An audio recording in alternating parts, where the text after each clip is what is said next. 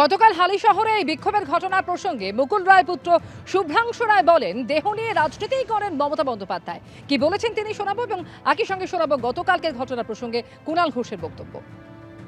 তিনি লাশের রাজনীতি করতেই বেশি ভালোবাসেন, আর রং চড়িয়ে নাটক করে অনেক কিছু বলতেও ভালোবাসেন।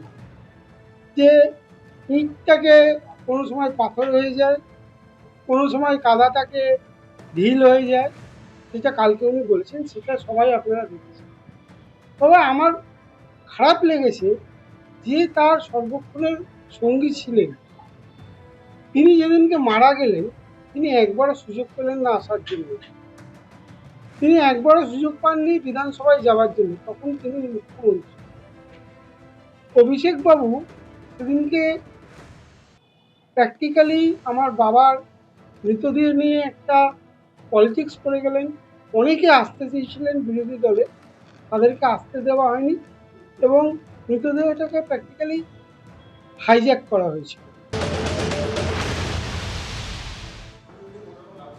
মাননীয় মুখ্যমন্ত্রী শুভেন্দু অধিকারী যেটা বলেছেন জনরোষ, সেটা সম্পূর্ণ ভিত্তিহীন। জনরোষ, আপনারা জনরোষ শব্দটাকে এমন বিকৃতভাবে ব্যবহার দয়া করে করবেন না। বিজেপি অর্গানাইজ করা তাদের লোকদের নিয়ে, এই বিজেপি কারা, এইসব নাম তো একদম ছবি সহ দেখা যাচ্ছে। তারা তো বিজেপি নেতাদের সঙ্গে ঘোরাঘুরি করে, সব করে, এই তো ছবি স্পষ্ট দেখা যাচ্ছে কারা এসব করেছে। এ তো এলাকার সব বিজেপি পরিচিত মুখ, বিজেপির লোকজন, বিজেপির একাধিক দুষ্কৃতী গুন্ডা, গাড়িতে পাথর মারা, অপমানজনক কথা বলা, এইসব কাজগুলো করেছেন।